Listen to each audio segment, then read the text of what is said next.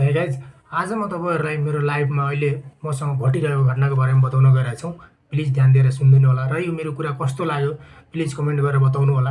अहिले मसँग हेर्न सक्नुहुन्छ यहाँ फेसबुकमा यति फलोवर्स छन्, अर्को आइडीमा यहाँ यति फलोवर्स छन्, इन्स्टाग्राममा हेर्न सक्नुहुन्छ इन्स्टाग्राममा यति फलोवर्स छन्, तपाईँको वाट्सएपमा यति मान्छे मेरो कन्ट्याक्टमा चिनजानको मान्छे छन्, मेरो टिकटक आइडीमा एउटामा यति मान्छे छन्, अर्कोमा यति मान्छे छन्। तर पनि यो सबै यति मान्छे हुँदाहुँदै मेरो आफ्नै यति मान्छे छन्, यति मान्छे मलाई मन पराउने छन्, मलाई चिन्ने छन्, मलाई उ गर्ने छन्। अब यो सपोज मान लिनु यति मान्छेमा मलाई त 1000 मान्छे नि मलाई चिन्ने मान्छे त होला नि।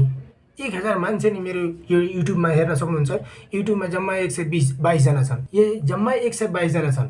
यति मान्छेमा मलाई मन पराउने मेरो साथीहरू, मेरो आफ्नै मान्छे मलाई युट्युबमा सब्स्क्राइब गरिरहेको छैनन्, मलाई मन पराइरहेको छैनन्। अरूसँग के भएर राख्नु, यहाँ कसले सब्स्क्राइब गरेछ भने त देखाइरहेछ, तर मेरो आफ्नै मान्छेले सब्स्क्राइब गरिरहेको छैन। मेरो आफ्नै साथीहरू छन्, मेरो आफ्नै रिलेटिभ छन्, मेरो आफ्नै भन्ने अब भनौँ न जिडी मान्छेहरू छन्, तिनीहरू सब्स्क्राइब गरिरहेको छन्, त अरूले के गरोस्, अरूले के गर्छ। आफ्नै मान्छे सबै हेटर छन्। त्यही भएर एकचोटि समय आउन दिनु, त्यसपछि तपाईँहरूको मेसेजको रिप्लाई पनि दिनवाला छैन म। यो कुरा चाहिँ याद राख्नु, जुन कन्डिसनमा छौँ यो कन्डिसन पार गऱ्यो भने, यो फेज पार गऱ्यो भने म यहाँ रात दिन मेहनत गरेर म भिडियो सेयर गरिरहेको छु, बनाइरहेको छु, भिडियो सेयर गरिरहेको छु, तर कसैले वास्ता छैन, कसैले केही गर्नवाला छैन। जुन दिन मेरो समय आयो भने त्यो दिन तपाईँहरूलाई म देखाउने छु, त्यो दिन तपाईँहरूलाई म भन्ने छु कि कस्तो हुन्छ भनेर।